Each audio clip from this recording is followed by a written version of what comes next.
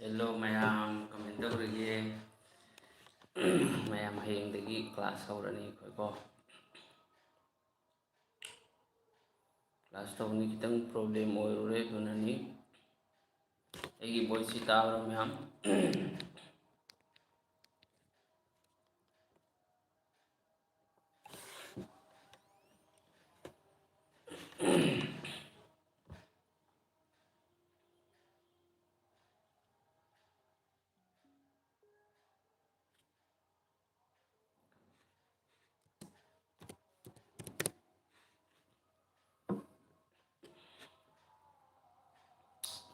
Okay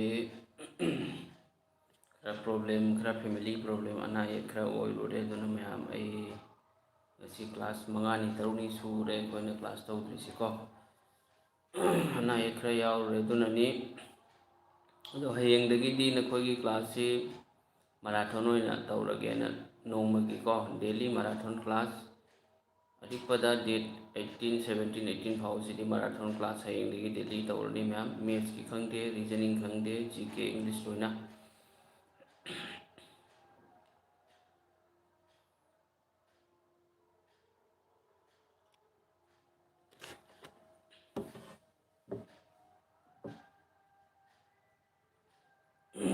ꯑꯗꯣ ꯃꯣꯛ ꯇꯦꯁꯁꯨ ꯅꯈꯣꯏꯒꯤ ꯑꯩ ꯅꯍꯥꯟ ꯍꯥꯏꯕꯗꯣ ꯗꯦꯠ 5ꯗꯒꯤꯀꯣ ꯍꯌꯦꯡ ꯂꯥꯛꯂꯤꯕ ꯗꯦꯠ 5ꯗꯒꯤ ꯅꯣꯏꯒꯤ ꯃꯣꯛ ꯇꯦꯁ ꯍꯧꯔꯅꯤ ꯃꯌꯥꯝ ꯀꯣ ꯗꯦꯠ 5ꯗꯒꯤ ꯗꯦꯠ 20 ꯐꯥꯎꯕꯒꯤ ꯃꯅꯨꯡꯗ ꯃꯣꯛ ꯇꯦꯁ 5 ꯐꯪꯒꯅꯤ ꯑꯗꯣ ꯃꯣꯛ ꯇꯦꯁ 5ꯃꯛꯇꯣ ꯐ꯭ꯔꯤꯗꯅꯤ ꯑꯗꯣ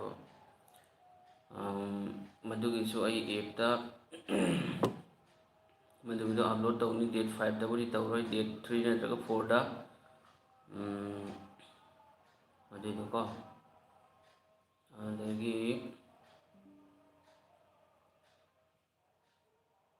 ꯉꯁꯤꯒꯤ ꯀ꯭ꯂꯥꯁ ꯇꯧꯔꯣꯏ ꯀ꯭ꯂꯥꯁ ꯉꯁꯤꯗꯩ ꯅꯠꯇꯦ ꯍꯌꯦꯡꯗꯒꯤ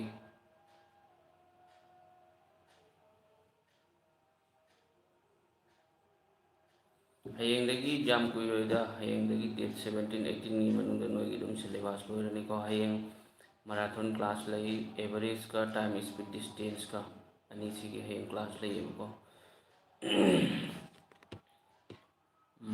ꯅꯣꯏꯒꯤ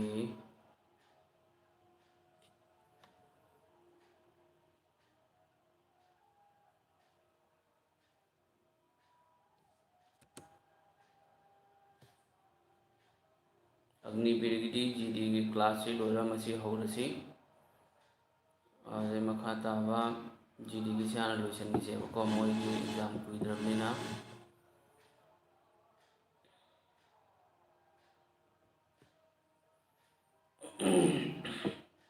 ꯍꯣꯏ ꯃꯦꯠꯁꯀꯤ ꯅꯣꯏꯒꯤ ꯀ꯭ꯂꯥꯁ ꯇꯧꯅꯤ ꯃꯔꯨ ꯑꯣꯏꯕꯁꯤꯡꯗꯣꯀꯣ ꯑꯗꯣ ꯃꯣꯛ ꯇꯦꯁꯀꯤꯗꯤ ꯗꯦꯠ 5ꯗꯒꯤ ꯑꯩꯈꯣꯏ ꯐꯦꯕ꯭ꯔꯨꯋꯥꯔꯤꯒꯤ ꯇꯥꯡ 5ꯗꯒꯤ ꯃꯣꯛ ꯇꯦꯁ ꯍꯧꯔꯅꯤ ꯇꯥꯡ 5ꯗ ꯃꯣꯛ ꯇꯦꯁ ꯑꯃ ꯂꯩꯔꯦ ꯑꯗꯒꯤ 10ꯗ ꯑꯃ 14ꯗ ꯑꯃ 18ꯗ ꯑꯃ 20ꯗ ꯑꯃ ꯁꯨꯃꯥꯏꯅ ꯗꯦꯠ 23, 24ꯗ ꯅꯣꯏꯒꯤ ꯑꯦꯛꯖꯥꯝꯅꯦꯕꯀꯣ ꯑꯗꯨꯒꯤ ꯃꯃꯥꯡꯗ ꯁꯨꯃꯥꯏꯅ ꯃꯣꯛ ꯇꯦꯁ 5 ꯐꯪꯒꯅꯤ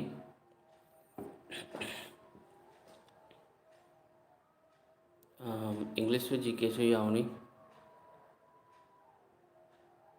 ꯏꯪꯂꯤꯁꯀꯤꯁꯨ GKꯒꯤꯁꯨ ꯃꯔꯥꯊꯣꯟ ꯌꯥꯎꯔꯤꯕꯀꯣ ꯑꯗꯣ ꯅꯣꯏꯒꯤ ꯀ꯭ꯂꯥꯁꯇꯣ ꯀꯗꯥꯏꯗꯅꯣ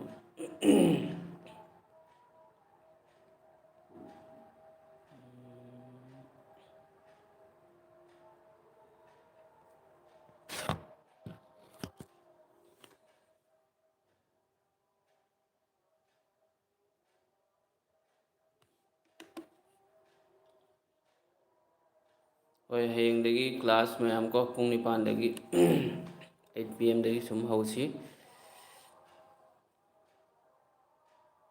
ꯑꯗꯨ ꯁꯤꯗ ꯅꯣꯏꯒꯤ ꯀ꯭ꯂꯥꯁꯁꯦꯀꯣ ꯁꯨꯃꯥꯏꯅ ꯇꯧꯔꯁꯤ ꯍꯌꯦꯡꯁꯤꯗꯤ ꯑꯦꯚꯔꯦꯖ ꯂꯩꯔꯦ ꯑꯗꯒꯤ ꯆꯦꯞꯇꯔ 2 ꯇꯥꯏꯝ ꯁ꯭ꯄꯤꯠ ꯗꯤꯁꯇꯦꯟꯁ ꯑꯅꯤꯁꯤ ꯂꯩꯔꯦꯀꯣ ꯍꯪꯆꯤꯠꯅ ꯐꯤꯌꯔ ꯑꯦꯟ ꯐꯦꯁꯇꯤꯚꯦꯜ ꯑꯗꯒꯤ ꯁꯦꯟꯁꯁ 2011ꯒꯤ ꯇꯣꯞ 100 ꯀꯣꯏꯁꯟ ꯑꯗꯒꯤ ꯃꯊꯪꯁꯤ ꯗꯦꯠ ꯀꯌꯥꯅꯣ 2nd ꯐꯦꯕ꯭ꯔꯨꯋꯥꯔꯤꯗ ꯏꯪꯂꯤꯁꯀꯤ ꯃꯔꯥꯊꯣꯟ ꯀ꯭ꯂꯥꯁ ꯑꯃ ꯂꯩꯅꯤ 3rd ꯐꯦꯕ꯭ꯔꯨꯋꯥꯔꯤꯗ ꯁ꯭ꯇꯦꯇꯤꯛ GKꯒꯤ ꯀ꯭ꯂꯥꯁ ꯑꯃ ꯂꯩꯅꯤ ꯃꯔꯥꯊꯣꯟ 4th ꯐꯦꯕ꯭ꯔꯨꯋꯥꯔꯤꯗ ꯑꯩꯁꯦꯞ LCMꯒ ꯅꯝꯕꯔ ꯁꯤꯁꯇꯦꯝꯒ ꯑꯅꯤꯁꯤ ꯂꯩꯔꯦꯀꯣ 5th ꯐꯦꯕ꯭ꯔꯨꯋꯥꯔꯤꯗ ꯑꯦꯅꯥꯂꯣꯖꯤ ꯂꯩꯔꯦ ꯀ꯭ꯂꯥꯁꯤꯐꯤꯀꯦꯁꯟ ꯐꯦꯟ ꯗꯥꯏꯒ꯭ꯔꯥꯝ ꯆꯦꯞꯇꯔ 3 6 ꯐꯦꯕ꯭ꯔꯨꯋꯥꯔꯤꯗ ꯔꯤꯖꯅꯤꯡꯒꯤ ꯏꯗꯨꯀꯦꯇꯤꯒꯤ ꯑꯅꯧꯕ ꯀꯣꯏꯁꯟꯁꯤꯡꯁꯦ ꯇꯧꯔꯁꯤꯀꯣ.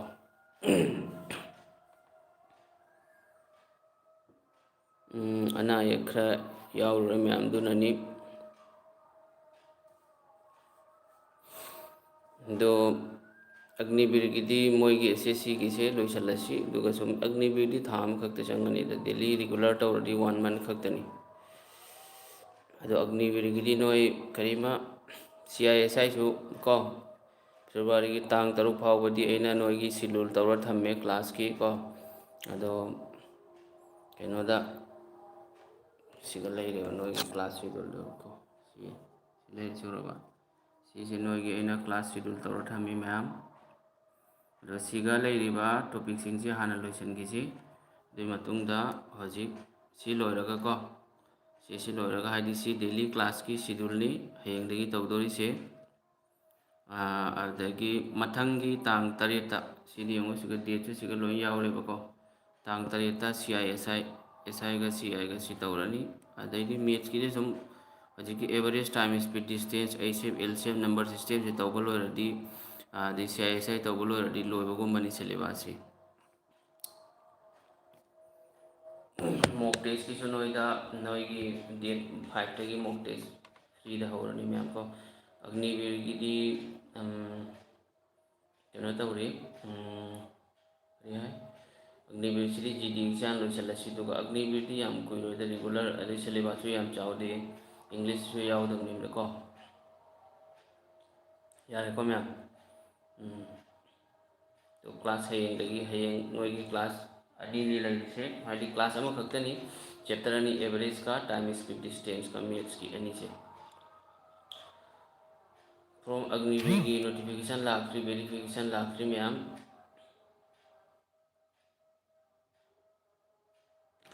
ꯑꯩ ꯅꯨꯃꯤꯠ 20ꯅꯤ, 22ꯅꯤ, 22ꯅꯤꯁꯦ ꯐꯖꯅ ꯍꯣꯠꯅꯧ. ꯉꯁꯤꯗꯤ ꯇꯧꯔꯔꯣꯏ ꯍꯌꯦꯡꯗꯒꯤ. ꯊꯥꯡꯖꯝ ꯁꯅꯥꯊꯣꯏꯕꯤ ꯍꯌꯦꯡꯗꯒꯤ ꯀ꯭ꯂꯥꯁ ꯍꯧꯔꯅꯤ. ꯑꯩꯈꯣꯏ SSC GDꯒꯤ ꯍꯧꯖꯤꯛ ꯂꯦꯝꯍꯧꯔꯤꯕ ꯅꯨꯃꯤꯠ 20ꯅꯤꯁꯦ ꯁꯤꯒ ꯁꯤꯂꯦꯕꯁ ꯀꯝꯄ꯭ꯂꯤꯠ ꯇꯧꯒꯅꯤ ꯃꯌꯥꯝ.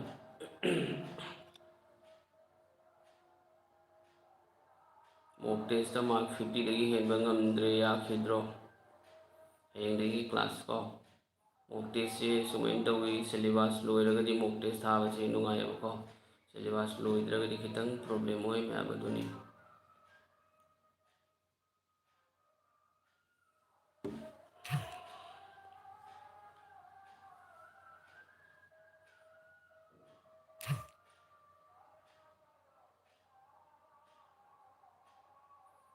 MTSꯀ ꯍꯧꯖꯤꯛ ꯀꯣ MTSꯀꯤꯁꯨ ꯁꯦꯝ ꯍꯥꯏꯗꯤ ꯆꯦꯞꯇꯔ ꯈꯔ ꯂꯩ. ꯃꯦꯠꯁ ꯈꯪꯗꯦ, ꯔꯤꯖꯅꯤꯡ ꯈꯪꯗꯦ, ꯑꯗꯨꯒ ꯑꯌꯥꯝꯕ ꯂꯥꯛꯏ.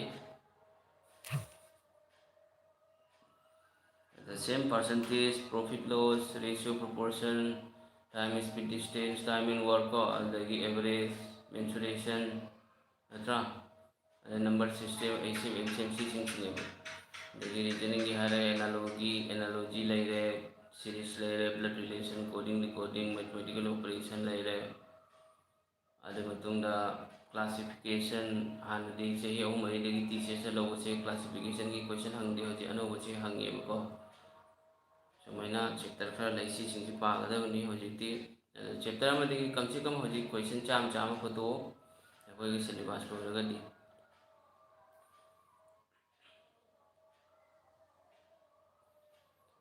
ꯐꯤꯖꯤꯀꯦꯜ ꯇꯧꯕ ꯑꯩꯈꯣꯏ ꯌꯦꯡꯁꯤꯗꯁꯨ ꯃꯌꯥꯝ ꯏꯁꯥꯒꯤ ꯀ꯭ꯂꯥꯁ ꯉꯥꯏꯕꯗ ꯋꯥꯔꯨꯔꯕꯅꯤ ꯃꯌꯥꯝ. ꯀꯔꯤꯝ ꯋꯥꯔꯨꯅꯨ. ꯍꯌꯦꯡꯗꯒꯤ ꯔꯦꯜꯋꯦꯒꯤꯁꯤꯁꯨ ꯃꯔꯛ ꯃꯔꯛꯇ ꯂꯥꯏꯚ ꯂꯥꯛꯀꯦ. RRB Group D NTPCꯒꯤꯁꯨ ꯑꯦꯛꯖꯥꯝ ꯗꯦꯠ ꯂꯥꯛꯈ꯭ꯔꯦꯀꯣ. ꯑꯗꯣ ꯍꯌꯦꯡꯗꯒꯤ ꯅꯣꯏꯒꯤ ꯀ꯭ꯂꯥꯁ ꯍꯌꯦꯡꯗꯤ ꯃꯌꯥꯝ ꯆꯦꯞꯇꯔ ꯑꯅꯤꯅꯤ. ꯇꯥꯏꯝ ꯁ꯭ꯄꯤꯠ ꯗꯤꯁꯇꯦꯟꯁꯀ ꯑꯦꯚꯔꯦꯖꯀ ꯆꯦꯞꯇꯔ ꯑꯅꯤꯁꯤ ꯇꯧꯔꯁꯤ. ꯃꯊꯪ ꯅꯨꯃꯤꯠꯅ GKꯒꯤ ꯐꯤꯌꯔ ꯑꯦꯟ ꯐꯦꯁꯇꯤꯚꯦꯜꯒ ꯁꯦꯟꯁꯁꯀ ꯀꯣ. ꯑꯗꯨꯒꯤ ꯃꯇꯨꯡꯗ ꯃꯊꯪꯗꯅ ꯑꯃꯨꯛ ꯏꯪꯂꯤꯁꯀꯤ ꯃꯔꯥꯊꯣꯟ. ꯏꯪꯂꯤꯁꯀꯤ ꯀ꯭ꯂꯥꯁꯁꯦ ꯗꯦꯠ 2 ꯐꯦꯕ꯭ꯔꯨꯋꯥꯔꯤꯗ ꯑꯣꯏꯅ ꯇꯥꯔꯦ ꯃꯌꯥꯝ ꯀꯣ. ꯐꯦꯕ꯭ꯔꯨꯋꯥꯔꯤꯒꯤ ꯇꯥꯡ 2ꯗ ꯏꯪꯂꯤꯁꯀꯤ ꯃꯔꯥꯊꯣꯟ ꯇꯧꯅꯤ. ꯁꯦꯝ ꯄꯨꯡ 9, ꯅꯨꯃꯤꯗꯥꯡꯒꯤ ꯄꯨꯡ 9. ꯃꯣꯛ ꯇꯦꯁꯇ ꯗꯦꯠ 5ꯗꯒꯤ ꯅꯣꯏꯒꯤ ꯃꯣꯛ ꯇꯦꯁ ꯑꯃ ꯄꯤꯔꯅꯤ.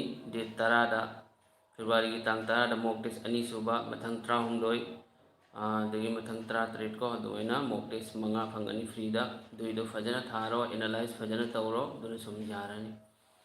एम टी एस से लूब्रो जी डी का कंबाइन तौर पाब यानी को यानी यानी कहीं कायदे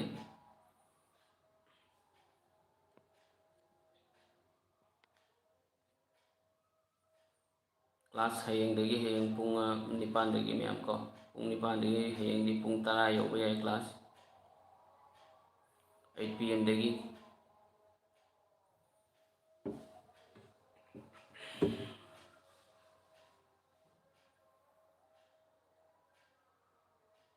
मैम यारे नत्रा अदुगी फरे हयेंगो मैम सोयदबी लाओ हयेंग से एवरेज का टाइम स्पीड डिस्टेंस का चैप्टर नहीं से क्लास तो बनी मैम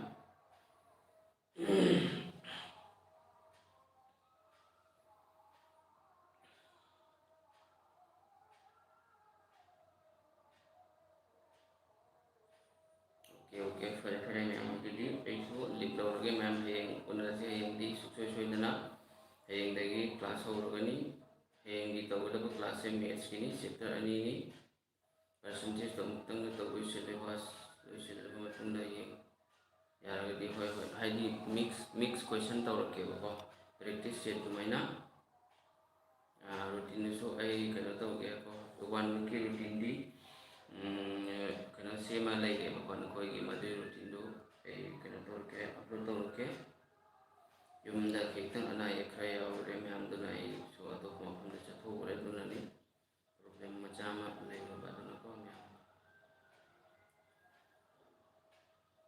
हयेंग सोयदना होरनी ऑनलाइन क्लास यागद्रो ऑनलाइन की हजी लेते आसाम गवर्नमेंट की पुलिस फॉरेस्ट ग्रेड 3-4 की क्लास खी हौरनी हयेंग नोमनी मनी मतुंगदगी अतोप जीडी अमगी होबगी मरी करी प्लान लेते मैम को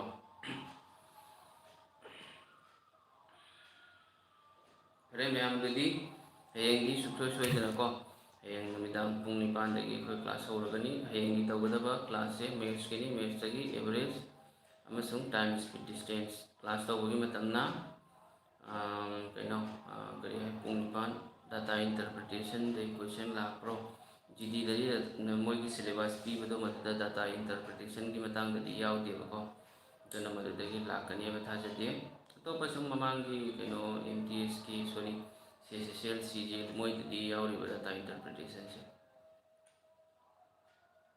पुंग मरीदगी होबदी यारोय करिगिनो हदि अतोप मफमदसु क्लास तौब चलेबको अइना लेरि मफमसिगै खरा लापा किलोमीटर 35 मुक लापा मफमदा आई कोचिंग ताको चली दोये हलागा मुक आइगे सेम सागदब क्वेश्चन अमा मथौ ताबदो कनो तौरे अदुई मतुंगदनि नोइगे क्लास तौरिदो मैम